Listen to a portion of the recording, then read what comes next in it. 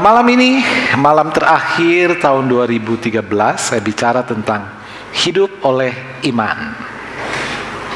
Kita baca Alkitab kita buka Alkitab kita baca bersama Mazmur 12 ayat 7. Saudara lihat saja ke depan, Mazmur 12 ayat 7. Kita baca bersama. 3, 4.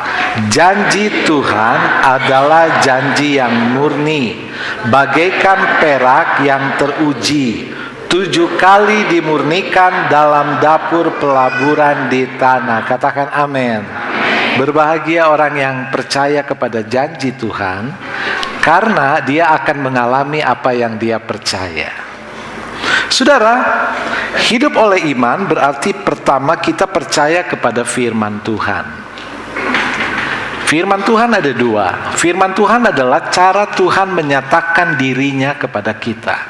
Cara Tuhan memperkenalkan diri. Nih, aku ini Tuhan. Aku ini Allah. Nah, melalui apa? Melalui firman Tuhan. Atau melalui wahyu, ilham Tuhan.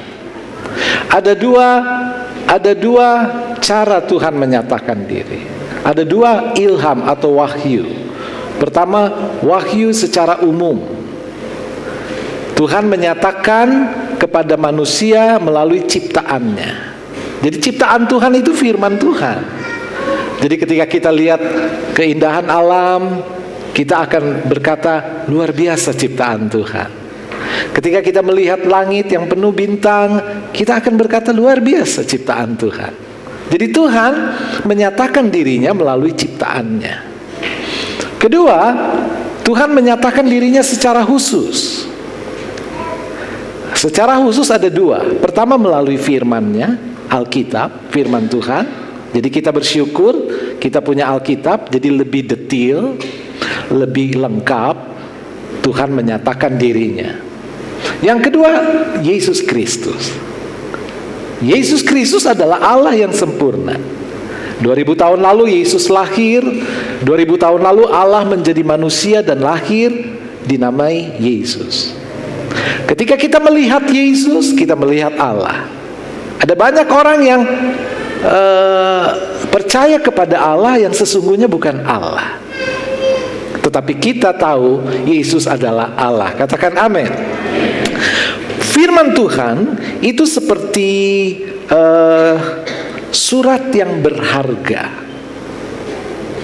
Saudara pasti tahu cerita tentang Huckleberry Finn.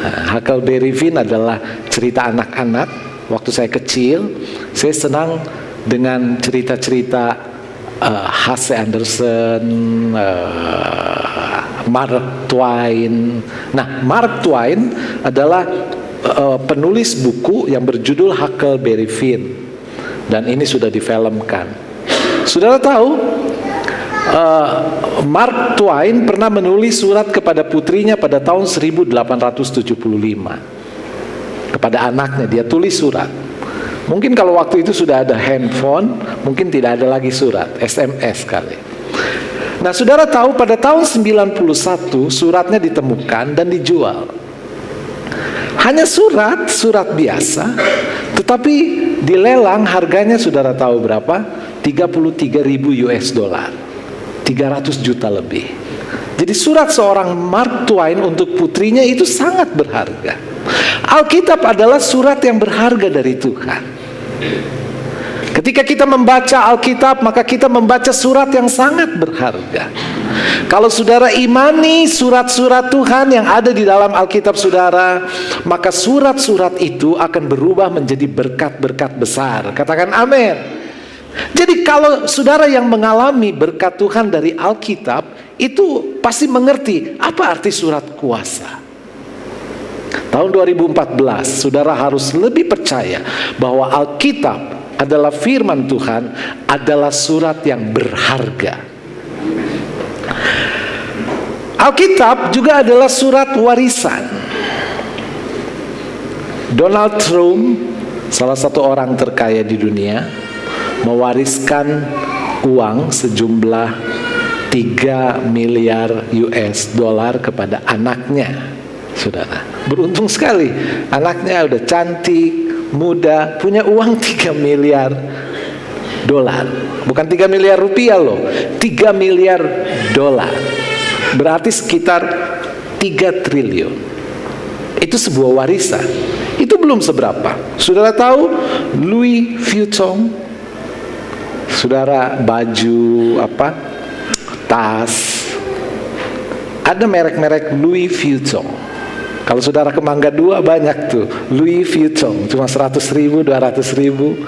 Padahal di Eropa yang aslinya, kalau saudara pergi ke Singapura, Louis Vuitton yang paling murah tas 10 juta, 15 juta. Louis Vuitton mewariskan uang kepada anak perempuannya itu 37 miliar US dollar. 37 miliar.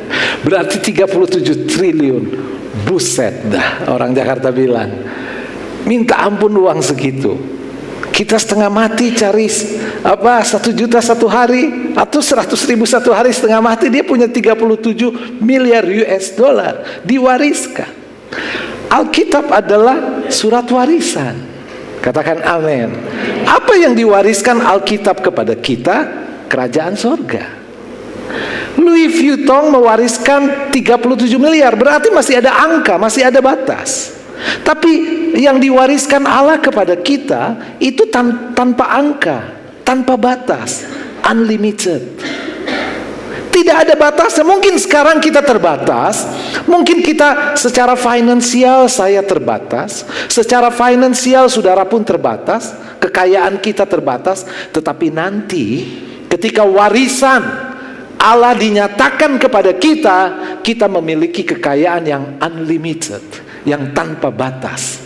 Artinya apa? Tidak ada angka yang bisa mengukur kekayaan saya nanti. Tidak ada angka yang bisa mengukur kekayaan saudara nanti. Nah, dari mana kita tahu bahwa kita akan menerima warisan? Firman Tuhan. Katakan amin.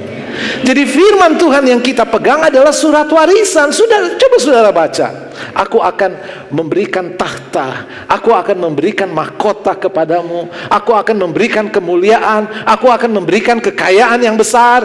Kita tahu itu semua dari mana? Allah mewarisi semuanya dari Alkitab.